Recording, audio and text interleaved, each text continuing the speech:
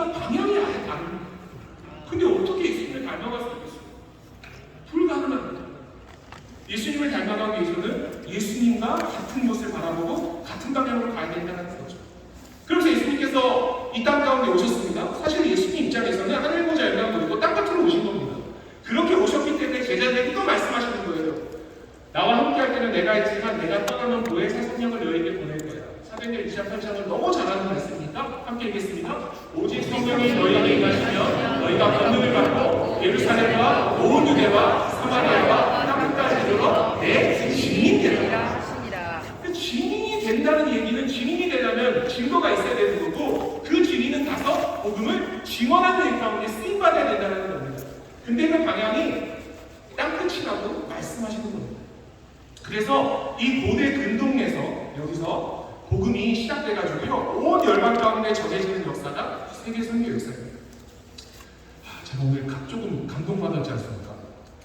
제가 많은 집회를 다니면서 이 손수건을 챙겨주는 것이 곳곳에 있는데 그 한마디에 막 이거 저희가 빨아서 다시 넣습니다 이 말에 이 무슨 배려죠? 여기 계신 한 분 한 분이 경영하시는 그 사업체, 그 공동체에 함께 있는 같이 일하는 분들은 저는 너무 행복할 것 같습니다. 그래서 보통 이제 싸가지고 가죠. 박스도 줬고 나 이거 받았다. 가서 집에 가서 애들한테 자랑해야 되는데 뜯어서 왔습니다. 빨아주시고 해서 사용하는 게 제가 맞을 것 같아서. 근데 이렇게 복음이 온 열방 가운데 전해지면서 그 성김으로 온 열방을 물들였던 겁니다. 그러다가 우리나라에도 선교사님이 오기 시작하는 거죠. 그 우리나라의 복음의 뿌리를 잠깐 보려고 하는데 예수님께서 모든 민족으로 가라라고 말씀하셨을 때 우리나라에 사람이 살고 있었습니다. AD 1세기 때니까 우리나라는 무슨 시대였을까요? 장로님 권사님 중학교 때 노란색 역사책으로 배우시지 않으셨어요? 말씀해 주셔도 됩니다. 제가 중고등배들한테 기대 안 합니다. 중고등배들 다 틀리거든요. AD 1세기 때 무슨 시대였을까요? 감사합니다. 삼국시대. 신라 사람, 고려 사람, 백제 사람 살고 있었습니다. 그 사람들 예수님 알았을까요? 몰랐을까요? 모릅니다. 누가 오지 않았어요? 증인이 오지 않았어요. 370년 고구려 소수리강 때 불교 유교 들어옵니다. 918년에 고려를 건국하면서 우리는 순골 정책 쓰겠다. 그리고 조선은요 1392년에 우리는 순유 정책으로 조상 숭배합니다. 그리고 5000년에 무속 신앙이 가르쳐요. 그러다가 언제 우리나라에 선교사님이 들어오느냐? 이 연도가 몇 년이겠습니까? 1885년, 1885년. 제가 다른 연도는 다 보여드리거든요. 근데 이 연도는 안 보여드립니다. 왜요? 외우셔야 돼요. 끝나고 진짜 의사가 끝나고 나가서 저도 이제 저녁까지 다 있으면 너무 좋은데 내일도 아침부터 제가 종일 수련회 일정이어가지고요 점심까지 먹고 갈 건데 점심 때 저에게 다가오실 때는 이게 아니라요. 1885 말씀하시고 다가오셔야 대화합니다. 1885를 외우셔야 돼요. 1885년에 언더우드 아펜젤라가 오는 건데 그때까지 우리나라는 단 한 번도 목을 듣지 못한 민족이었다는 거예요. 근데 복음이 들어오기 전에 누군가 와서 두드리는 사람들이 있었어요. 신앙생활 하시면서 이분 이야기는 너무 많이 들으셨습니다. 그분이 바로 토마스라는 선교사님입니다. 이 토마스 선교사님이요 1865년에 우리나라에 오려고 했다가 쫓겨나죠. 1866년에 이분이 미국 상선 그 배 이름이 제너럴 쇼군입니다. 잠시 제가 장로님 권사님 지금 이렇게 제너럴 쇼군을 말씀드렸는데 많은 분들이 고개를 끄덕이셨거든요. 오늘 제가 말씀 나누는 중간에 옆에 분이 고개 끄덕이십니까? 같이 끄덕이십시오. 모르시는 분들. 제너럴 쇼군은 옛날에 공부하실 때 요즘 아이들 수능에도 나오는 그 제너럴 쇼군 사건의 통역관이 이분이었습니다. 배 타고 평양 대동강변에 왔는데 우리나라 관군이요 그 배를 침몰시키고 토마스 선교사님이 헤엄쳐서 무트로 나왔는데 이 토마스 선교사님을 그 자리에서 저 칼을 들고 있는 박충건이라는 분이 목 베어 처형합니다. 토마스 선교사님은 27살 나이에 평양 대동강변에서 순교자가 됐습니다. 제가 이분을 파송한 영국 웨일즈의 교회를 가봤습니다. 이 교회가 그 토마스 선교사님의 순교 얘기를 듣더니 기도하기 시작했어요. 우리나라를 위해서 기도하기 시작했어요. 선교사가 들어오기 전에 선교하기 전에 먼저 했던 일이 뭐냐면 기도하는 일이었어요. 그래서 사도행전 13장도 이렇게 다시 한번 말씀드립니다. 교회가 기도하며 금식하고 바울과 바나바를 보냈다라고 되어 있습니다. 우리가 아름다운 신앙 공동체의 사업체들을 이루어 가시면서 제가 그 고충들을 제가 어찌 다 알겠습니까? 저희 아내가 직원 몇 명이랑 함께 일하는, 어찌 보면 여기 작은 공동체를 운영하는 거죠. 사람 채용과 면접에서 채용할 때 힘들고 이런저런 일로 떠나가야 될 때 그거 너무너무 힘들어서 그게 스트레스더라고요. 오시는 분들을 만나는 게 힘든 게 아니라 늘 그것 때문에 고민하고 결국 이럴 때 어떻게 해야 돼, 뭘 CCTV 뭐 때문에 돌렸더니 뭐 좀 이런 일이 있어서 일하는 분이 그래서 이거 어떻게 해야 될까 이런 고민해서 이야기 나누고 했던 기억이 납니다. 근데 어쨌든 먼저 우리가 함께 기도하고 품고 그리스도의 사랑으로 전하는 그 일들이 필요했던 거고요. 그 선교의 시작이 이 교회가 기도하기 시작하는 겁니다. 기도하니까요, 조선에 관한 정보가 들리기 시작합니다. 그 정보가 온 열방 가운데 전해지기 시작하는 거예요. 저 유럽의 북미의 오세아니아의 크리스찬들에게 조선이라는 나라가 있는데 그 나라가 아직 예수 모른다는 이야기가 전해지기 시작했습니다. 그러니까요, 그 정보를 들었던 먼저 믿은 크리스찬들이 기도하기 시작했습니다. 그리고 기도하다 보니까 우리의 재정이 흘러가는 거예요. 그러니까 그분들이 이거 그 나라 선교할 때 써주세요라고 헌금하기 시작했습니다. 그러니까 사람들이 그럼 누군가 그 땅 가운데 가야 되는데 제가 그 땅 가운데 가겠습니다 해서 이 땅 가운데 오기 시작합니다. 그래서 선교는요, 정부에 반응하는 것부터 시작됩니다. 한 번만 따라해 주십시오. 선교의 시작은 정부에 반응하는 것이다. 그때 들렸던 정보가 이 정보입니다. 함께 읽겠습니다. 지금 조선은 1300만 민족이 복음에 관하여 듣지도 못한 채 가난과 질병과 학대 속에 쓰러져 가고 있습니다. 그 나라가 드디어 작년에 문호를 열었습니다. 주님은 여러분 중에 누군가 조선 민족을 위해서 선교사로 갈 것을 부르고 계십니다. 이 정부가 우리나라가 1882년에 미국이랑 종이수급 통상장 맺으면서 인천항이 83년에 개항하거든요. 그러면서 그 정보가 들리니까요, 수많은 청년들이 이 땅 가운데 찾아오기 시작했습니다. 이유는 딱 하나였습니다. 하나님께서 그 땅을 사랑하십니다.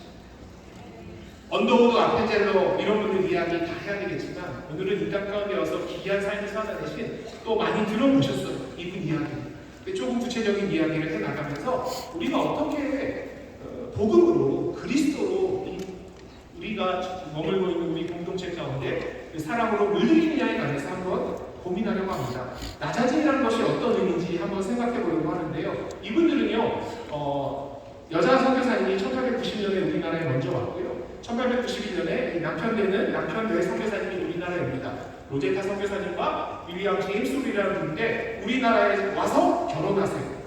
저분은 의료사역자였어요, 두 분 다. 근데 우리나라에서 당시에 의료사역을 하려고 하다 보니까 제중원이라는 곳이 당시에 있었는데 제중원에 당시에 제중원이 유명했으니까 양반들이 많이 왔고요. 우리나라에 와보니 여성들은 집 밖에 나가는 일이 쉽지 않고 여성들 진료하는 일이 쉽지 않았어요. 그래서 이게 옛날 이화학당이거든요. 이 이화학당을 사역했던 분이 저 위에 스크랜턴이라는 선교사님이세요. 저 스크랜턴 선교사님에게 이야기합니다. 선교사님, 내가 생각해보니까 여성들이 편하게 진료받으러 올 수 있는 곳은 여성들만 있는 곳이어야 되겠네요. 이화학당에 교실 한 칸을 좀 내어주십시오. 그 교실 한 칸에서 우리나라 최초의 여성 병원이 시작됩니다. 근데 이 선교사님이 우리나라에 와서 수술하고 할 때 옆에서 통역해야 될 사람이 필요하지 않습니까? 남자가 못 오니까 당시 학교에 김정동이라는 여학생이 있었어요.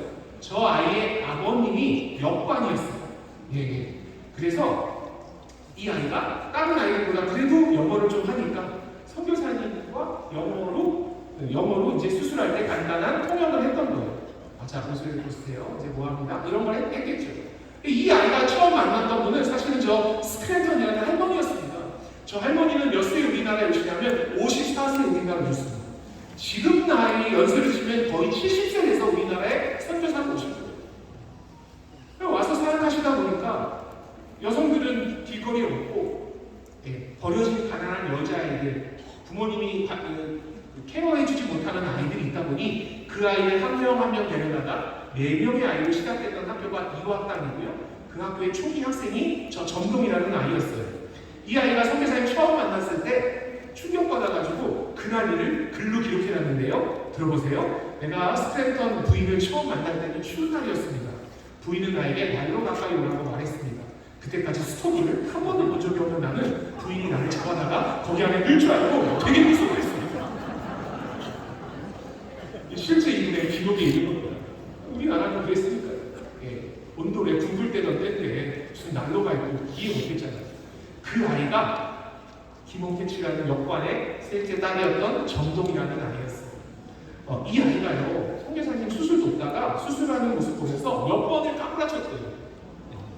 조선시대 때 그 전쟁에 나가서 다친 사람들의 상처를 싸매고 하는 일을 누가 했냐면요, 천민들이 했습니다.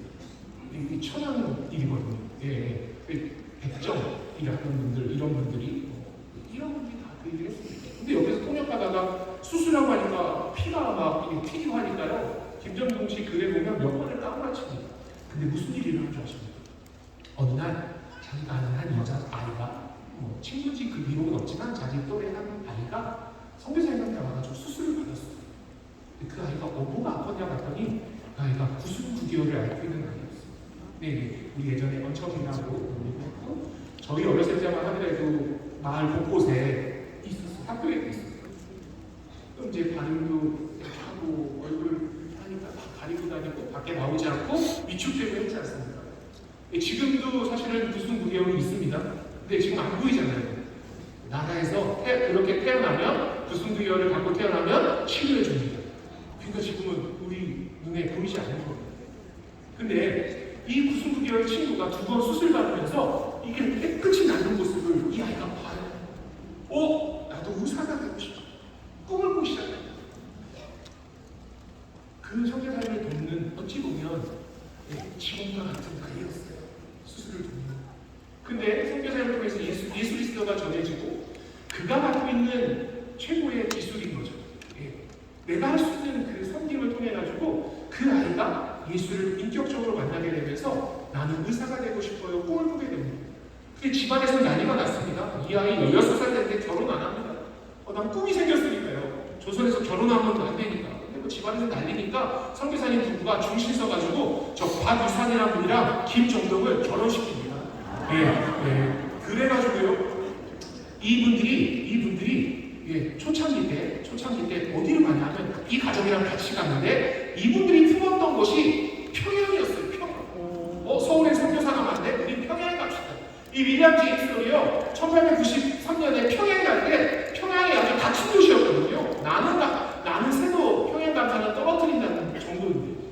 그러니까 평양에 가서 선교사님들이 집을 얻거나 터를 잡는 일이 어려웠는데 이분이 이렇게 기도합니다. 하나님, 만약 한 사람을 희생시켜서 이 도시의 문을 여실 생각이라면 제가 희생자가 되기를 피하지 않겠습니다. 무슨 얘기냐면요, 하나님, 내가 죽어서 평양에 있게 된다면 제가 그 순교자가 되겠습니다.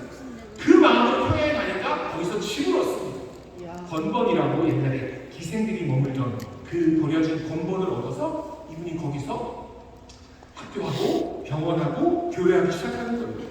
여전히 평양에 버려진 아이들 데려다가 학교하기 시작했습니다. 이분이 세운 학교가 평양의 광성학교고 지금 서강대학교 건너편에 있는 광성중고등학교입니다. 가끔 이렇게 모여 계실 때 여쭤볼 경우가 있습니다. 혹시 이 중에 광성중고등학교 나오시는 분 계실까요? 계신 것 같아요. 그러니까 저 뒤에 손 드셨어요. 너무 부럽습니다. 학교에 가면 윌리엄 제임스 기념비가 있죠. 계실 때 생기진 않았을 것 같아요. 100주년 때 생겼으니까. 학교에 지금도 남겨져 있고 역사관이 있습니다. 제가 얼마 전에요, 궁금해가지고 제가 요즘 북한에 관심이 많습니다. 찾아보니까 세상에 최근 구글 지도인데 여기 보이십니까? 광성중학교. 그리고 그 위에는요, 잘 보시면 숭이 전문학교, 숭이 여자대학교. 저 건물이 지금도 있어요. 다른 걸로 쓰겠죠. 혹시 다음에 NGO 이런 걸로 혹시 관계가 좋아지고 여기 가실 때 꼭 연락 저 좀 데려가 주세요. 그렇게 평양에서 생활을 했던 거예요. 근데 우리나라에서 결혼했죠. 아이가 태어났어요. 그 아이가 갓난쟁이 5개월 때 1894년 봄에 가족들이 평양에 이제 터를 마련했으니까 다 올라갔습니다. 근데 올라갔는데 얼마 안 있다가 쫓겨나요. 왜냐하면 1894년에 청일전쟁이 일어났고 그 청일전쟁의 마지막 전투가 평양 전투였습니다. 하여튼 이제 전쟁이 일어났으니까 다 철수했다가 서울에 머물러 있는데 이 윌리엄 제임스는요 그리스도의 사랑으로 정말로 물들이고 싶어했던 분이에요. 동료 선교사가 저희는 작은 예수다. 그는 정말 예수와 같이 살아요. 그러니까 청일 전쟁 때 우리나라 대한민국 전쟁사라는 책에 보면 청일 전쟁 때 흩어져서 수습이 안 돼서 청양에 방치되어 있는 시신이 2,000구 가까이 된답니다. 그러면 시신이 방치되면 나쁜 병균이 올라오기 시작하고 이러잖아요. 부상병들이 얼마나 많았을까요? 이분이 왕집 가방을 꾸려가지고 평양에 들어가서 청나라 사람, 일본 사람, 조선 사람 가리지 않고 진료하기 시작하는데 그 아들이 쓴 이 책도 가지고 계신 분 계실 거예요. 조선해살이라는 책. 그리고 저 혹시 강원도 저 영동 쪽에 계신 분들은 고성에 꼭 가셔서 그 김일성 병장 아래 올 봄에 이 셔우돌 기념관이 새로 오픈했습니다. 거기 가면 이런 가정의 이야기가 가득합니다. 그 아들이 쓴 조선해살이라는 책에 보니까 아버지가 근 10여일간 쪽잠 자면서 환자들을 진료했던 거예요. 환자가 너무 많으니까. 문제가 발생합니다. 과로하면 안 되는데 그 아들이 발진티푸스에 감염돼서 쓰러졌어요. 급하게 서울로 옮겼는데 일주일 만에 이 선교사님 발진티푸스로 돌아가십니다. 우리나라에 3년 만에 3살짜리 아들 남기고 1살짜리 아들과 뱃속에는 5개월 된 갓난쟁이가 자라고 있었어요. 윌리엄 제임스를 선교사님이 양화진에 묻습니다. 서울 막고갑정동 양화진에 이분이 2번째 묻힌 선교사님이세요. 떠나면서 이분이 이렇게 말씀하셨어요. 아내에게 여보 내가 평양에 가고 원망하지 마라. 나는 예수님의 뜻을 따랐고 하나님께서 내게 큰 은혜를 주었다. 최근에 무명이라는 영화, 일본 선교사님 3분 이야기를 다룬 영화를 CGN에서 만들어서 제작해서 한국 교회 가운데 또 한국 사회 가운데 보급했습니다.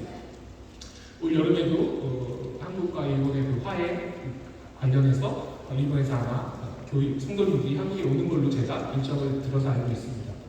근데 사실 CGN에서 본격적으로 선교사님들에 관한 이야기를 우리나라에 만들었던 영상은 이 선교사님과 사실 스크랜턴 선교사님 2분 여선교사님에 관한 이야기였습니다. 그 이야기 중에 일부인 이 로젠타 선교사님의 이야기를 지금 잠깐 영상으로 보도록 하겠습니다. 선교를 준비하면서 만난 남편 제임스 홀. 그는 신실하고 헌신적인 하나님의 자녀로 열심을 다한 선교사였습니다. 1892년 서울에서 결혼을 한 후 제임스는 곧바로 평양 선교 책임자가 되어 의료 선교를 펼칩니다. 그때 첫 아이 셔우드는 6개월 갓난쟁이였죠. His father was involved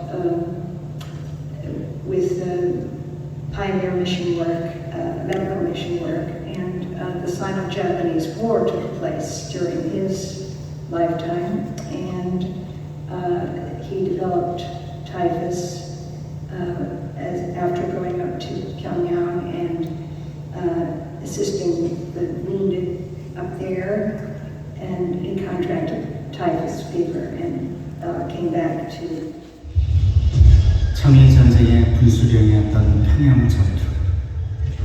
제임스 홀은 자신의 몸을 돌볼 틈도 없이 부상당한 환자들을 치료하며 복음을 전했습니다. 그의 마지막 죽음의 순간도 로제타의 일기 속에 남아있습니다. 남편의 눈은 슬픈 듯 나를 바라보았고 띄엄띄엄 사랑한다고 말해주었다. 마지막으로 애써 나에게 하려던 말은 내가 평양에 간 것을 원망하지 말라는 것이었다. 제임스는 말했다. 나는 주님을 위해 기꺼이 평양에 갔고 그분께서 그 뜻을 다 헤아려 주실 거라고. 혹시 울음소리가 들릴까 싶어 안간힘을 쓰며 울음을 참아야 했다. 그러나 아무리 이랬어도 배기는 눈물로 젖었고 평범하지 않았던 애원의 기도가 터져나왔다.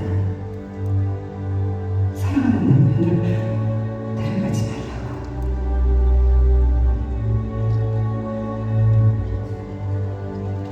그의 선교 활동은 짧았지만 평양 선교의 개척자 부하들의 친구로 불린 그의 헌신은 작지 않았습니다. 하나님을 향한 원망마저 허락하지 않은 그런 남편이 로제타의 곁을 떠났습니다. 눈물로 얼룩졌던 당시 일기장. 그러나 그 눈물이 마르지 않았습니다. 남편 죽음에 얻은 딸 이디스, 로제타에게 큰 위로가 되었던 딸마저 그의 곁에 오래 머물지 않았습니다. 겨우 5살, 풍토병으로 죽기 직전까지 엄마는 고열에 시달리는 딸의 상태를 일기에 기록했습니다. 채വും 40일도 숨이 가쁘고 힘들어했다. 잠시 후 호흡의 간격이 점점 길어졌다. 눈을 크게 뜨고 엄마를 밟은 채 작은 영혼이 서서히 떠나갔다. 그렇게 그 아이는 세상에 보내주신 그분에게로 다시 돌아갔다.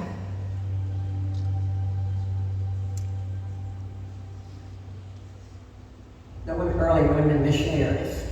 And the first is what was the hardest, I think, was trying to raise their children. Because 1 out of every 7 of the missionary children died. And in Korea, I think it was about 1 in every 2 children died in those years before antibiotics. And someone who lost all of their children. Because they had dysentery and typhus and typhoid and encephalitis and horrible. And the Korean children too. But this was a bond between Korean women and the missionary wives, is that they were always concerned about their children and trying to keep their children alive to grow up. 길을 모르니 나를 도와주소서. 자식마저 가슴에 묻고 참담했던 로제타의 마음이 일기 속에 선연합니다. 밤이 찾아오면 쓸쓸함도 함께 온다. 간절을 부릅니다. 제잘되던 어린아이의 입맞춤과 작은 손이 없어진 지금 그 아이가 없는 삶은 너무도 힘겹다. 그러나 우리가 이해하지 못하는 다른 이유로 하나님께서는 그 아이를 데려가셨으리라. 선교사님 남편 묻고 저 아이 데리고 임신 중에 미국 돌아가실 때 저 김정동 가정을 미국에 초대합니다. 저 아이가 의사가 되고 싶은 꿈을 꾸니까요. 미국에 데려와서 미국 볼티모어 여성의과대학에서 공부할 수 있도록 배려하고 그 아이가 공부합니다. 볼티모어 여성의과대학은 지금 사라지고 없는데 이 대학이 지금 합병된 대학이 미국 존스홉킨스 의대입니다. 공부를 너무 잘했어요. 교수로 남으라고 하니까 자신은 한국에 가서 한국 여인들을 만나야 된다는 그 사명 가지고 우리나라에 오는 거죠. 놀랍게 한국교회가 잘 모르고 있는 게 있는데요. 우리가 지금 이주민들이 한국에 참 많은데 김정동은 당시 미국에 있을 때 이주민이었을 거예요. 근데 그가 그곳에서 의사가 되고 놀랍게 미국 북감리교 여성의료선교부에서 우리나라에 모국으로 파송했던 선교사였습니다. 우리나라의 선교사로 다시 왔던 거죠. 의사 면허 받기 한 달 전에 자신을 뒷바라지 했던 그 남편 박유산 씨가 미국에서 결핵으로 목숨을 잃습니다. 이 박유산 씨의 무덤은 미국 볼티모어 공원묘지에 있습니다. 그리고 이 김정동은 당시 미국에서 갖고 있었던 이름이 남편이 박씨니까 성이 박씨가 됐고요. 세례명이 에스더여서 우리가 한 번쯤 들어보셨을 박에스더라는 이름으로 살아갔던 거죠. 그가 우리나라에 왔을 때 이렇게 신문 기사가 날 정도예요. 부인 의학 박사 한국으로 돌아와서 환국했다라는 기사가 실릴 정도였습니다. 그에게는 별명이 있었습니다. 당나귀를 타고 다니는 여의사였습니다. 왜냐하면 사람들을 만나야 되고 여의사가 왔으니 얼마나 많은 여성들이 이분을 만나려고 했겠습니까? 그리고 이 선교사님을 김정동 박에스더 선교사님이 이렇게 말씀하시더라고요. 내가 가는 곳마다 부녀자 어린아이들이 나를 구경하려고 몰려오는 거야. 서양 갔다 온 여성인데 의사 선생님 될 때 얼마나 많이 오겠어요. 근데 놀라운 건 그들이 나의 가르침에 귀를 기울인다는 거예요. 여기 계신 많은 우리 기독 실업인 각 공동체 리더 되시는 귀한 한 분 한 분이 예수 그리스도를 섬김으로 그리스도의 향기로 전하고 나눌 때 그들은 귀를 기울인다는 거예요. 그리고 어찌나 열심히 듣는지 자리를 뜨지 않는다는 거예요. 그 일을 통해서 하나님께서 이 땅을 열방을 복음으로 물들어 가시는 거죠. 두 분이 함께 만나서 얼마나 감격스러웠을까요? 김정동은 아이가 없었어요. 2번 유산을 했다라고 기록되어 있거든요. 그리고 로제타 선생님도 자녀를 떠나보낸 아픔이 있어요. 두 분 다 남편을 먼저 떠나보내고요. 함께 이분들이 멋지게 우리나라에서 살아갑니다. 사실은 김정동은 공부하느라고 미국에 남아 있었을 때 선교사님이 먼저 1897년에 우리나라에 들어오셨어요.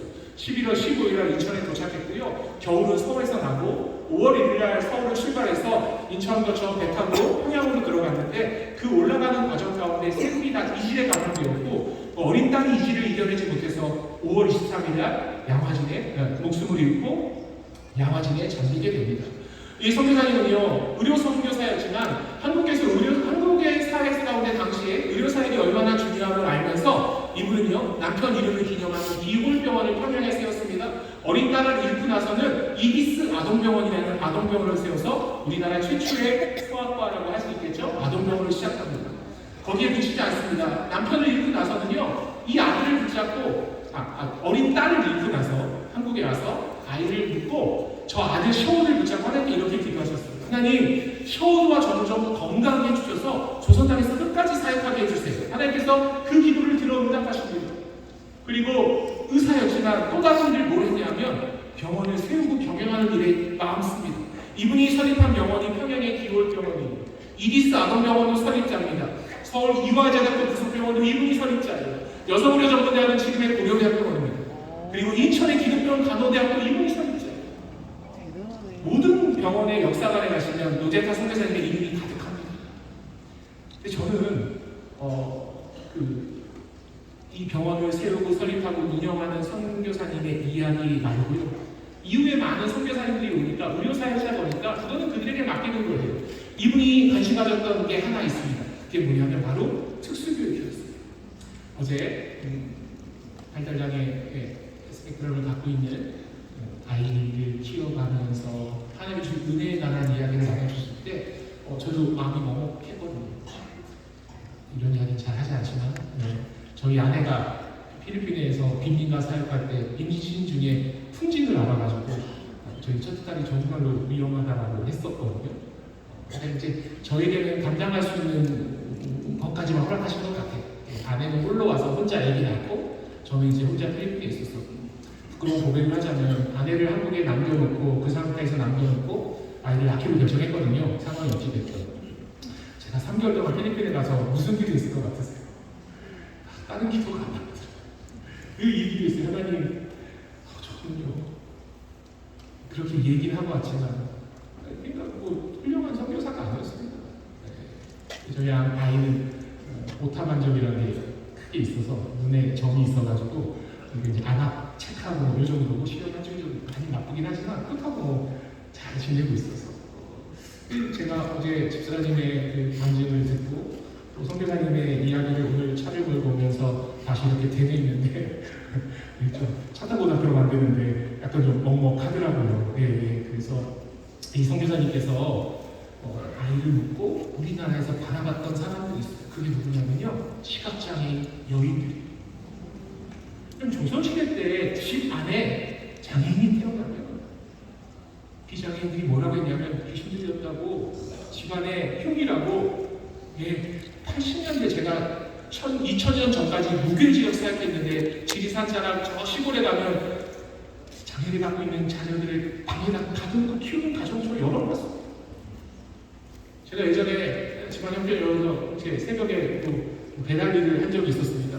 제가 그때 깜짝 놀란 게 있어요. 신문 배달을 하려면 새벽 일찍 가서 그때가 이제 중앙일보 했는데 막 나눠진대여가지고 끼는 게 많았어요. 새벽 2시, 3시에 가서 하고 이제 배달하고 또 학교 가야 되니까 그때 보면 저는 그때 깜짝 놀랐어요. 장애를 가지신 분들이 그 시간에 나와서 산책을 하시고 그랬어요. 1990년대 초중반이니까 이렇게 한국 사회 가운데 장애를 갖고 계신 분이 많구나. 그게 너무너무 당시 그러면 안 되지만 부끄럽다고 생각했던 거고 드러내지 못했던 일들이었는데 조선시대는 어땠을까요? 여성이 장애를 갖고 태어나게 되면 저렇게 시각장애 갖고 태어나게 되면 내다 버리거나 육아에 내다 팔거나 심하죠. 이런 일들이 많았습니다. 그 선교사님을 돕는 아이 중에, 그 돕는 아이 중에 갑자기 여기 뭐가 탁 떴거든요. 빨간데 이제 끝낼 때가 됐다. 그래서 손을 나왔습니다. 이게 어디 시계가 있나 이렇게 찾고 있으면 제가 여러분들 어쨌든 제가 40대 딱 끝낼 거니까요. 2분 남았습니다. 이 아이 선교사님이 돕는 아이 중에 성산 집에 오석형이라는 분이 있었는데 그분을 돕는 그분의 집에 딸아이가 있는데 봄내라는 아이가 시각장애인이었습니다. 선교사님은 평양에 있을 때 또 이런 꿈을 꿨습니다. 나에게 열망함이 하나 있는데 내가 교실 한편에서 시각장애인을 가르치고 싶습니다. 그러니까 꿈을 꾸는데 문제는 시각장애인을 가르치려면 뭐가 필요하냐면 점자가 필요했습니다. 이 선교사님 남편 놓고 미국에 가가지고요 점자를 배웁니다. 제가 작년 4월에 대구에 있는 이 교회 보여드린 하양교회라는 100년 넘은 교회에 설교하러 갔었는데 3주를 설교하러 가기로 하고 3주간 첫째 주 끝나자마자 이분 이야기를 빨리 하고 이제 대구 지역 이야기를 해야 되니까요. 한 분이 오셔서 얘기하시는 거예요. 선교사님 우리 학교에 좀 와봐야 되겠다. 그분이 대구대학교의 교직원이셨어요. 주일날 학교는 문을 닫으니 첫째 주 설교하고 그 다음날 대구대학을 갔는데 대구대학교 들어가 보니까 이런 건물이 있고 2층에 가니까요 이런 박물관이 있는 거예요. 제가 여기 들어가서 얼마나 많이 울었는지 아십니까? 이 선교사님이 이야기하고 가득했습니다. 우리나라 최초의 특수교육학과를 한 것이 대구대학입니다. 대구대학이 기독교 대학이기도 하고 그리고 거기에 이 복례라는 여자아이의 사진도 있고요. 물론 이건 인터넷에 있습니다. 로제타 선생님이 처음 만들었던 점자책도 거기 있습니다. 근데 인터넷에서 찾을 수 없는 자료가 그 옆에 하나 있더라고요. 그게 뭔가 봤더니요. 이 서문이었어요. 이 책이. 너무 페이지가 힘든데 보이시죠? 복례 위에 1897년. 이 내용이 뭔가 찾아봤더니 나는 이 책을 저 복례라는 한 아이를 위해서 시작합니다. 복음을 전하는데요. 한 사람을 위해서 글자를 지금 배우는 게 아니라 만들어주는 거예요. 그렇게 복례는요, 시각장애인들의 선생님이 돼요. 이제 복례는요, 할 수 있는 게 너무너무 많습니다. 아주 귀한 전도인이 되고요, 시각장애인들의 선생이 돼서 그는 사람 복음을 물들였던 겁니다. 낮아짐으로 물들였던 겁니다. 의사였지만 의료사였보다는 그건 다른 사람이 할 수 있으니까 나는 시각장애인들과 함께 하겠습니다. 가운데 계신 분이 로제타 선교사님이고 다 시각장애인이고요. 보시기에 왼쪽에 보면 여기 구순부 계열을 앓고 있는 분도 사진에 언뜻 보이시죠? 네. 이런 분들의 사역을 했던 거죠. 그리고 은퇴하시고 본국에 계시다가 6.25 전쟁 중에 우리가 한국전쟁 중일 때 이분이 본국에서 미국에서 순직하시고 유언을 남겨요. 나를 내 남편 곁에 묻어놔. 커톨리아도 얘기했죠. 순교자의 피는 교회의 초석이 된다고. 이 땅 가운데 참 수많은 선교사님들이 오십니다. 이분들이 오셔가지고요 자신의 이름을 남기려고 했던 분은 단 한 분도 없습니다. 각자에게 허락하시죠. 어떤 분은 많은 직원들과 함께 사업체를 경영하는 분이 계실 거고요. 또 어떤 분은 소수의 사람과 함께 그 일을 경영하실 수도 있는데 우리에게 허락하신 각자에게 허락하신 그 삶의 연화 속에서 그리스도를 살아낼 때 복음으로 내 삶을 물들일 때 자연스럽게 그 향기가 그들에게 전해진다는 거예요. 그게 예수님께서 이 땅을 정복하신 거예요. 그렇게 살아가서 우리에게도 동일하게 모든 민족 가운데 다가가는 길. 제가 아까 4가지 말씀드렸죠. 가는 것도 있고, 보내는 것도 있고, 봉헌하는 것도 있고, 그 다음에 환영하는 것도 있다는 말씀드렸어요. 그러니까 우리가 지금 처해 있는 이 환경 가운데 제일 잘할 수 있는 건 우리가 동헌하고 보내고 환영하는 일인 것 같아요. 그 환영하는 일의 원리가 이겁니다. 이거는 몇 해 전에 돌아가셨던 알렌이라는 MIT의 사회학 박사님이 만든 곡선인데요. 이게 사람과의 관계과 소통의 빈도입니다. 잘 보시면 8m, 내 옆에 8m 근처 안에 있는 사람과 만났던 사람과 소통을 더 많이 한다는 거예요. 예수님께서 성경을 보면 이렇게 되지 않습니까? 예수께서 모든 성과 촌을 두루 다니사 그들을 바라보시니 다가가는 일이 필요했던 거죠. 그래서 이메일 같은 경우도 가까이 있는 사람과 더 많이 한다라는 그런 언어입니다. 말씀을 맺도록 하겠습니다. 이러한 수많은 믿음의 증인들이 이 땅 가운데서 복음으로 이 한반도 땅을 물들입니다. 그 이야기가 평양에 있었습니다. 평양의 선교사님 묘역이고요. 여기는 전주의 선교사님 묘역이고요. 이 각 지역에서 오셔서 여기는 광주에 있는 선교사님 묘역이고요. 여기는 공주에 있는 묘역이고요. 여기는 청주에 있는 선교사님 묘역이고요. 그 다음에 창원에 있는 여기는 창원, 여기는 대구, 안동, 강원도 홍천, 그리고 여기는 서울입니다. 많은 분들에게 이 이야기를 전하고 나눌 때마다 하나님께서 동일하게 주시는 눈물과 감격함이 있습니다. 우리 민족을 위해서 예수 그리스도를 보내셨고 그가 땀과 눈물과 피소름을 통해서 우리를 복음의 증인 삼으셨다는 거죠. 그래서 우리가 어디로 어떤 모습으로 가는가에 관한 고민인데요. 함께 이 글을 읽겠습니다. 함께 읽습니다. 우리들이 항상 예수님처럼 낮아지는 것. 첫 번째는요, 어제보다 조금 더 낮은 곳으로. 두 번째는요, 지금보다 조금 더 낮은 자세. 세 번째는 예수님처럼 조금 더 낮은 삶으로 아름다운 공동체를 경영하고 이끌어가시는 귀한 우리 CDMC 회원님을 한 분 한 분 되시기를 주님의 이름으로 축복합니다. 기도하겠습니다. 네, 감사합니다. 귀한 일정 가운데 저희를 함께하게 하시고 또 우리를 하나님의 그 말씀으로 더 높여주셔서 그 예수 그리스도의 십자가의 사랑으로 우리가 이 사회 가운데 많은 곳을 물들일 수 있는 기회 주신 것 감사합니다. 하나님 그 삶 넉넉히 살아내는 한 분 한 분 귀한 주님의 일꾼, 주님의 증인 될 수 있도록 우리 가운데 함께해 주시옵시고 남은 일정 가운데 큰 은혜 있도록 성령 하나님 함께해 주시옵소서. 감사합니다. 이 모든 말씀 예수님의 이름으로 기도드립니다.